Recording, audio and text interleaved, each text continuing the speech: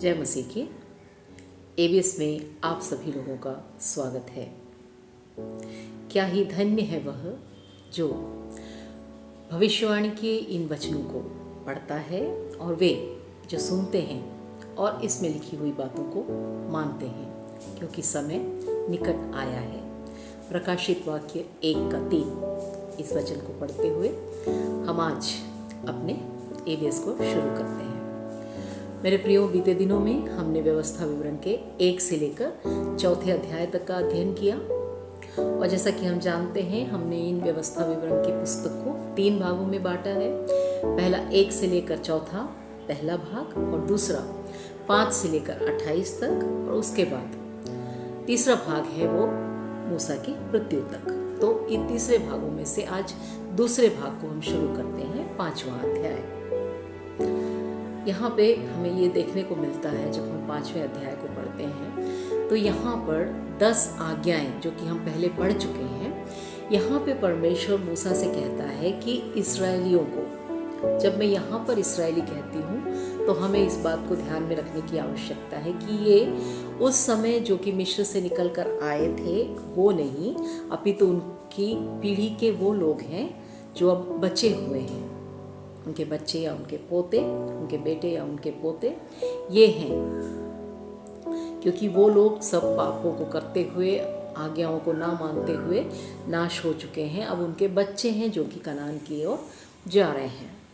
तो मूसा उन बच्चों से, बच्चे नहीं एक्चुअली, कम से कम 40 या उससे अधिक उम्र होगी उनकी, लेकिन ये वो व्यक्ति नहीं है जो कि मिस्र से निकले थे।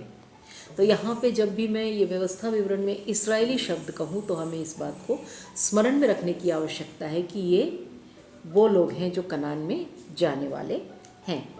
तो यहाँ पे परमेश्वर कहता है कि इन इसराइलियों को उन 10 आज्ञाओं के बारे में एक बार फिर से बताए और ये भी उन्हें बताए कि ये इन व्यवस्थाओं को माने, इनकी चौकसी करें। और मेरे प्रियो, 10 आज्ञाओं को हम पहले ही पढ़ चुके हैं, लेकिन फिर से एक बार हम पढ़ेंगे इसे। पहली चीज़ जो परमेश्वर कहता है वो ये है कि मेरे अलावा कोई दूसरा परमेश्वर तुम्हारा ना हो। यहोवा परमेश्वर जिसने कि तमाम चीज़ों को बनाया और वही परमेश्वर जिसने इन्हें मिस्र देश की गुलामी से निकाल कर बचा कर लाया। परमेश्वर चाहता है कि ये लोग उस परमेश्वर पे विश्वास करें और ये पूरी तरीके से कहें और मान लें कि वही एकमात्र परमेश्वर है। जो दूसरी आज्ञा है वो ये है कि व्यर्थ में परमेश्वर का नाम ना लेना, बिना किसी मतलब के परमेश्वर के नाम को ना लिया जाए। व्यर्थ में परमेश्वर के नाम को ना लिया जाए, अपितु उसके नाम को पूरी पवित्रताई के साथ ही उच्चारण किया जाए। परमेश्वर जिसने कहा कि मैं जो हूँ सो हूँ, I am that I am, उस पवित्रता के साथ परमेश्वर के नाम को हमेशा ही डर और भय के साथ लिया जाए। जो तीसरी बात परमेश्वर कहता है वो ये है कि मूर्ति ना बनाना, मूर्ति पूजा ना करना। परमेश्वर जिसने कि तमाम चीज़ों को बनाया, जो कि सृष्टि करता है, उसकी एक सृष्टि को लेकर उसके आकार को बदलकर परमेश्वर बना के उसकी आराधना करने से परमेश्वर विरोध करता है और कहता है कि मूर्ति पूजा ना करना। जीवित परमेश्वर को कभी भी पत्थर में या लकड़ी में बनाकर पूजने की आवश्यकता नहीं है। चौथी बात जो परमेश्वर कहता है वो ये है कि सबत के दिन को या विश्राम दिन को मानना।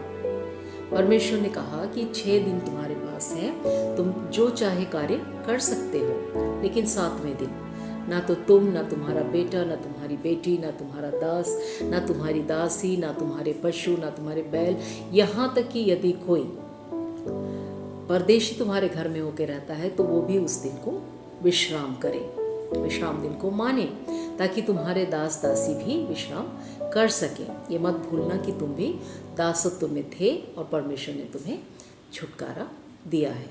तो इस प्रकार से इन 4 बातों को परमेश्वर और उसके नाम और उसके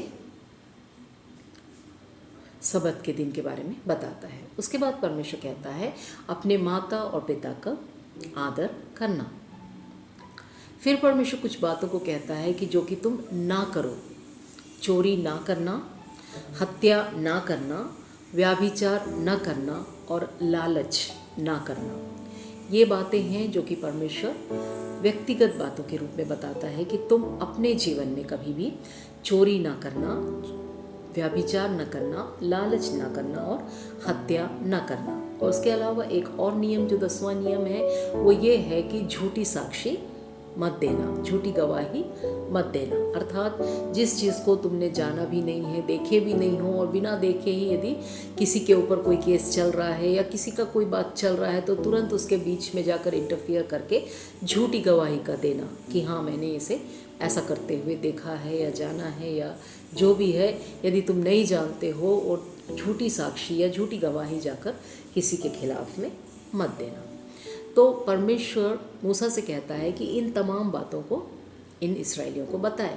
तो परमेश्वर उन इस्राएलियों से कहता है कि किस प्रकार से परमेश्वर होरेब के पर्वत पे लेके मोसेस को गया और मोसेस वहाँ पे 40 दिन और 40 रात वहाँ पे था और परमेश्वर ने उस पटिया में उन तमाम इन 10 नियमों को लिख के दिया और वो लाके किस प्रकार से इस्राएलियों के पास में उन्हें बांटा और इस्राएलियों के अंदर कैसा भय था उस पहाड़ के ऊपर से, उस अग्नि के और उस धुएं के बीच में से उन्होंने परमेश्वर के भय के बीच में रहते हुए इन आवाज़ को सुना और उन्होंने कहा कि हमने परमेश्वर के आवाज़ को सुना है और उसके बाद भी हम जीवित हैं। इस प्रकार का एक भय जब उनके अंदर आता है तब परमेश्वर कहता है, एक वचन को पढ़ेंगे, आइए निकाल लीजिए 5वां अध्याय 29वां वचन।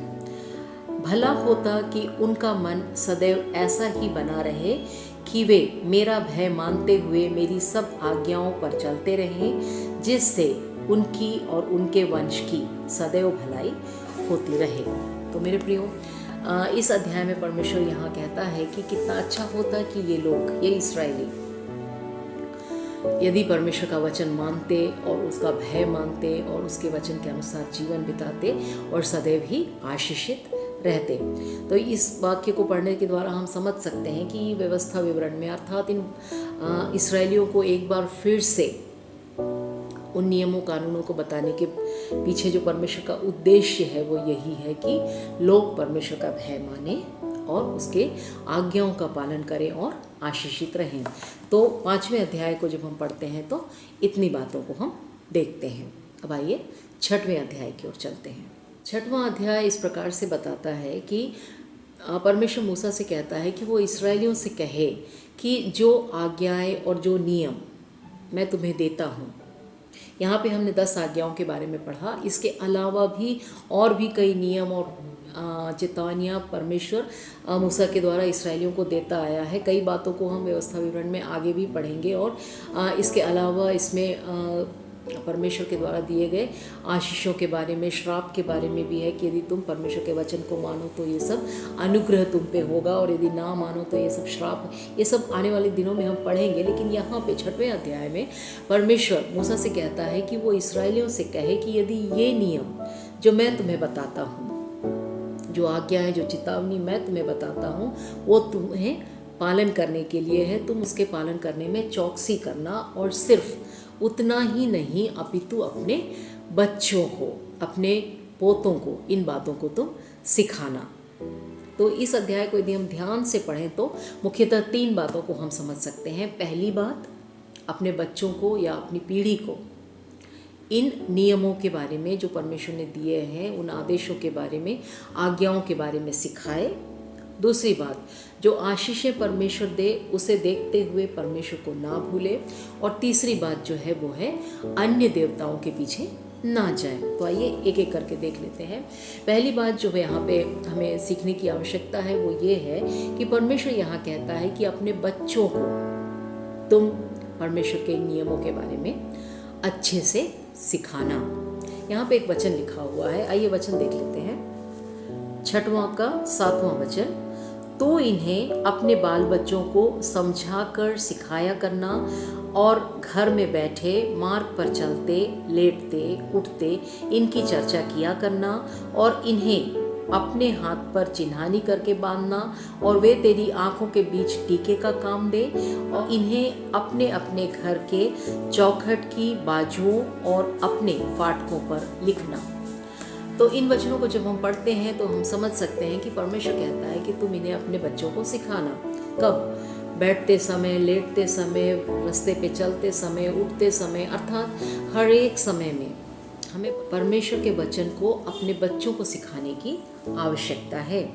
हम देखते हैं कि हमारे जीवनों में जो करंट अफेयर्स हैं उसके बारे में हम अपने बच्चों के साथ ज़्यादा डिस्कस करते हुए पाए जाते हैं, लेकिन यहाँ पे परमेश्वर का वचन कहता है कि उठते बैठते चलते हर समय परमेश्वर के वचनों के बारे में, परमेश्वर के नियमों के बारे में, परमेश्वर के किए हुए चमत्कारों के बारे में अपने बच्चों को सिखाया करें, और वो अपने हाथ में चिन्हानी के रूप में और अपने दोनों आँखों के बीच में टीके का काम दे, अर्थात बिल्कुल क्रिस्टल क्लियर रहे परमेश्वर का वचन हमारे सामने, कोई भी दो मत उसके बीच में ना रहे। पूरे विश्वास के साथ परमेश्वर का वचन सुने, माने और सिखाएं।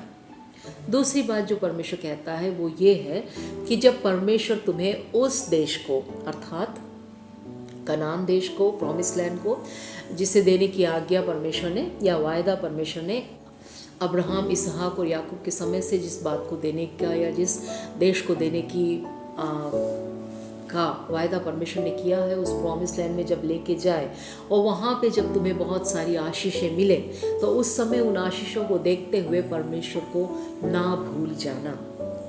एक बहुत ही सुंदर सा वचन है, आइए पढ़ लेते हैं उसे भी। 6 का 10वां वचन, वह तुमको बड़े बड़े और अच्छे नगर जो तूने नहीं बनाए और अच्छे अच्छे पदार्थों से भरे घर जो तूने नहीं भरे और खुदे हुए कुएं जो तूने नहीं खोदे और दाख की बारियां और जलपाई के वृक्ष जो तूने नहीं लगाए, ये सब वस्तुएं जब वह दे और तू खा के तृप्त हो, तब सावधान रहना, कहीं ऐसा न हो कि तू यहोवा को भूल जाए जो तुझे दासत्व के घर अर्थात मिस्र देश से निकाल लाया है। यहाँ पे परमेश्वर कहता है कि जब तुम ऐसे कुओं में से पानी को पियो जिसे तुमने नहीं खोदा है, ऐसे ऐसे नगरों में जाकर रहो जहाँ की जिसे कि तुमने नहीं बनाया है, ऐसे ऐसे घरों में जब परमेश्वर तुम्हें रखे जिसे कि तुमने नहीं बनाया है, और ऐसे ऐसे चीज़ों का, पदार्थों का तुम इस्तेमाल करो जिसे तुमने नहीं बनाया है, ऐसा दाख मधु तुम पियो जिसे कि तुमने अपने किसी कार्य के कारण से मिलने वाले ब्लेसिंग के बारे में नहीं बता रहा है परमेश्वर, लेकिन जिस ब्लेसिंग को मिलने के लिए हम बिल्कुल भी डिजर्व नहीं करते हैं, ऐसे ब्लेसिंग को जब परमेश्वर हमारे जीवन में दे तो उस समय परमेश्वर को ना भूलें। दूसरी बात जो परमेश्वर चाहता है इस्राएलियों को बताना वो ये है कि अब जब उस प्रॉमिस लैंड में जाके बहुत सारी आशीषें उनके जीवन में आने वाली हैं, तब वो परमेश्वर को ना भूलें। और जो तीसरी बात है वो ये है कि अन्य देवताओं के पीछे ना जाए। जैसे कि अब वो लोग कनान देश में जाने वाले हैं और चारों ओर कई देवी देवताएं पाए जाते हैं, कई तरीके के परमेश्वर की आराधनाएं, दूसरे तरीके की आराधनाएं और कई प्रकार के मूर्ति पूजा और कई रीति रिवाज चारों ओर जब पाए जाते हैं, तो जाने के पहले परमेश्वर इन इस्राएलियों को सतर्क करना चाहता है, सचेत करना चाहता है कि तुम पराये देवताओं के पीछे ना फिरो, कहीं ऐसा ना हो कि परमेश्वर तुम्हें नाश कर डाले। परमेश्वर ये बिल्कुल भी बर्दाश्त नहीं कर सकता कि पराये देवताओं के पीछे उसके बच्चे जाएं। और इस अध्याय को यदि हम आगे पढ़ें तो हम समझ सकते हैं कि यहाँ पे परमेश्वर एक बात कहता है कि तुम अपने बच्चों को ये बातों को सिखाना और ये भी कहना कि क्यों इसे पालन करने की आवश्यकता है।